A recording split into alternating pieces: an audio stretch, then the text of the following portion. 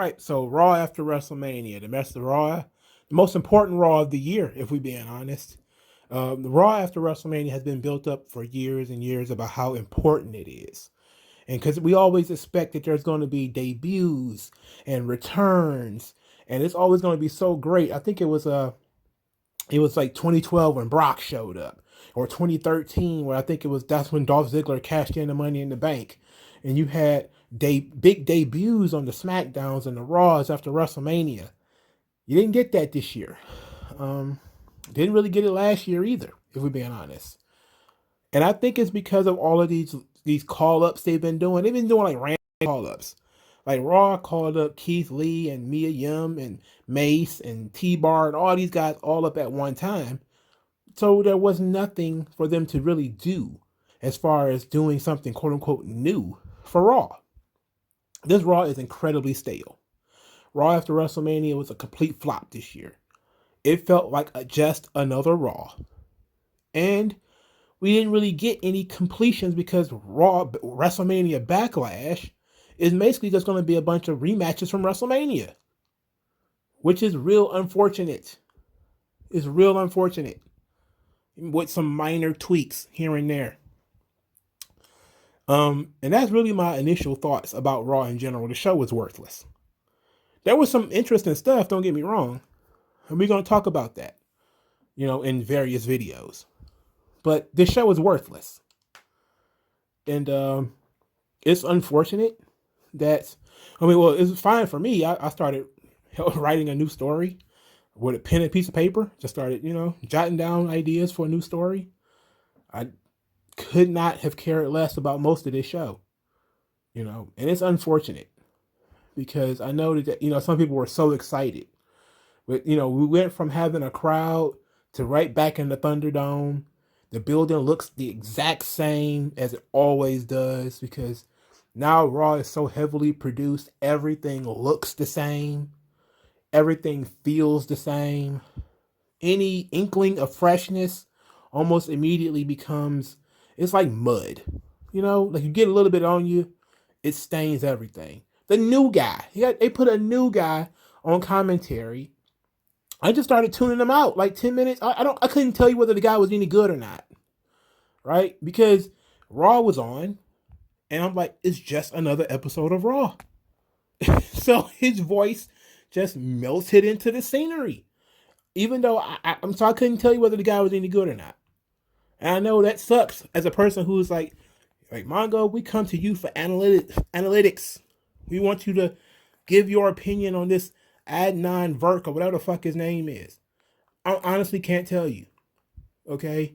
Because once I started seeing all signs pointed to rematches all night. So I was just kind of like, oh boy. I just started jotting stuff. We already seen Lashley and Riddle wrestle before. We've already seen we just watched Rhea Ripley and Asuka wrestle. So I was kind of like, what am I going to get excited for? Where's the excitement on this fucking show? What is it going to come from? And I kept thinking, okay, maybe this would be exciting. Maybe this would be interesting.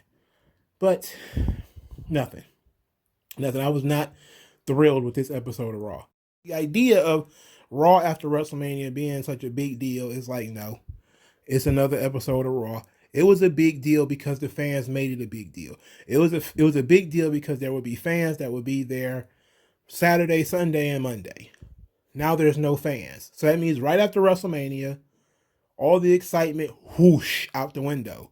We're right back into Thunderdome territory where everything looks the same.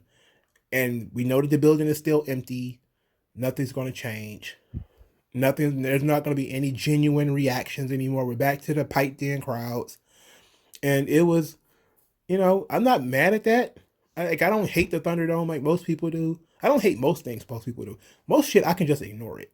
I don't always mention botches and stuff like that because I'm kind of like, I wasn't paying attention anyway. Like, I don't sit back and watch for botches and mistakes to be made.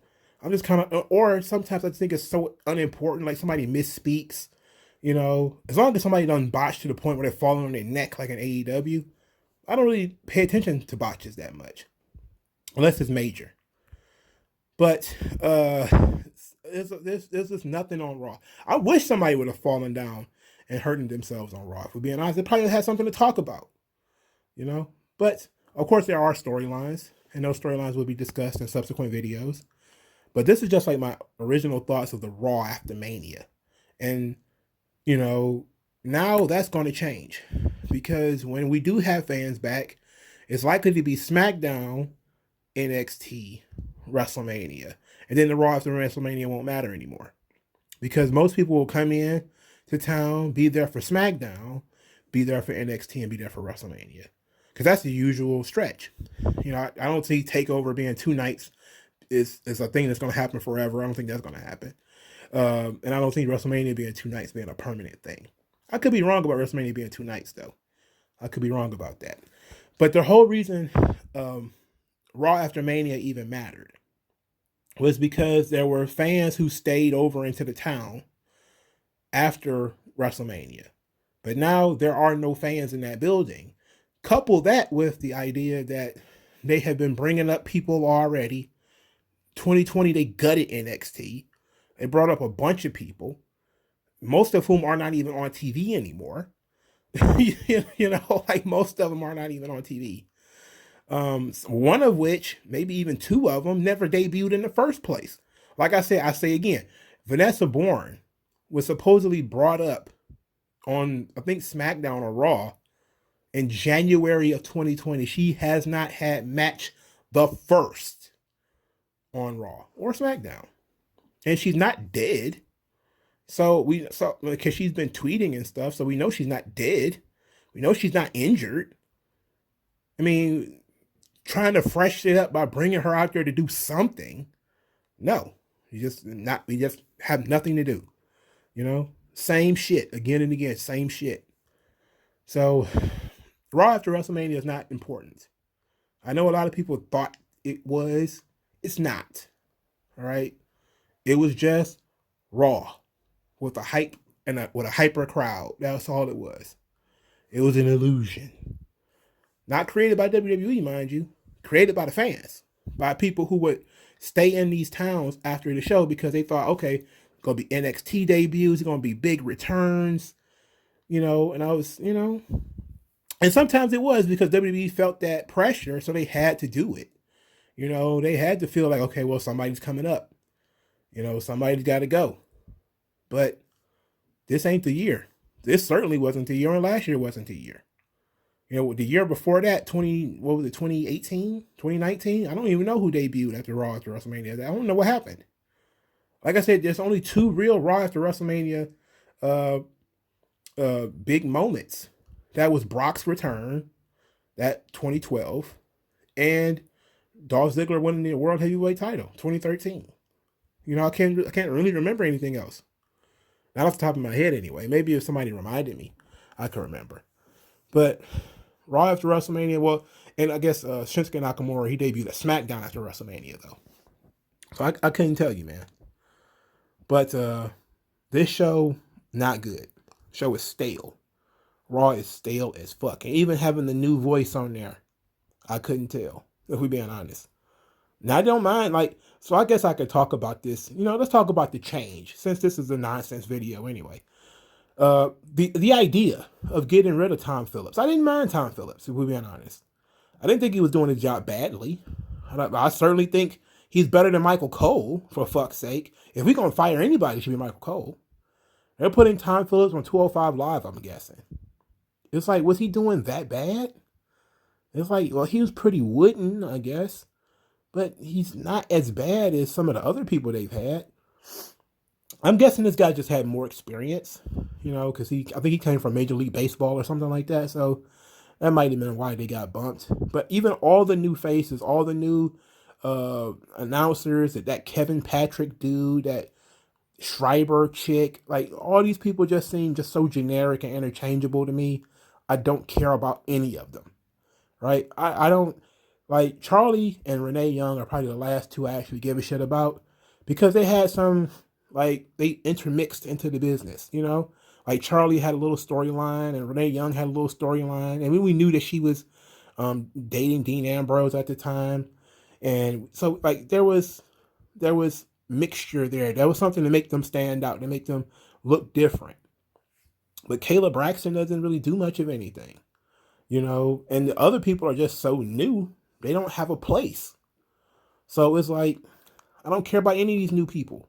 And it's not nothing against them, not because they're not talented. It's just that WWE has trained me to say, hey, these people are interchangeable. They come and they go. Therefore, Adnan Virk, or whatever the fuck his name is there right now. So what? It doesn't change the matches, doesn't change the booking, doesn't change the storylines. He just changes the voice that's calling them. So it is what it is, you know. Sorry, I can't give you an in-depth, you know, whether I think the guy is good or not. I fucking don't know. I tuned him out. WWE commentary is horrible. And it's been horrible for so long that sometimes I even watch Raw on mute. So I can't tell you how the guy was any good or not. No, Raw after WrestleMania was not good. You know, it was only good because of the hot crowd. There was no real big surprises, even though I did like the Viking Raiders coming back. You know, I expected Charlotte to come back, but there was nothing there. Not for me anyway. But let me know what you guys think in the comment section below. Let this be a conversation about whether you liked the Adnan Vert guy or whatever. You know, did you listen to him? Because I sure didn't. You know, I completely. Matter of fact, it wasn't until I started doing this video that I even reminded myself that he was there. You know, but you know, some people were nitpicking him. I saw on Twitter. I'm like, man, I don't care. It's his first night. Let him do whatever you're gonna do. You know, we'll see over time as he gets better. You know, we'll see. But today, I'm just kind of like, I couldn't tell you. Can't tell you if he's any good or not. Was he Mike Adamle? I couldn't tell you. You know, Mike Adamle was trash from the jump. I couldn't tell you if Adnan Virk was that bad. Quite honest, I was distracted. I did watch the show. I did listen to the promos. Just didn't listen to the commentary. So, let me know what you guys think in the comment section below. Like this video, share this video, subscribe to the channel. Thank you guys for your time, and I'll talk to you guys later.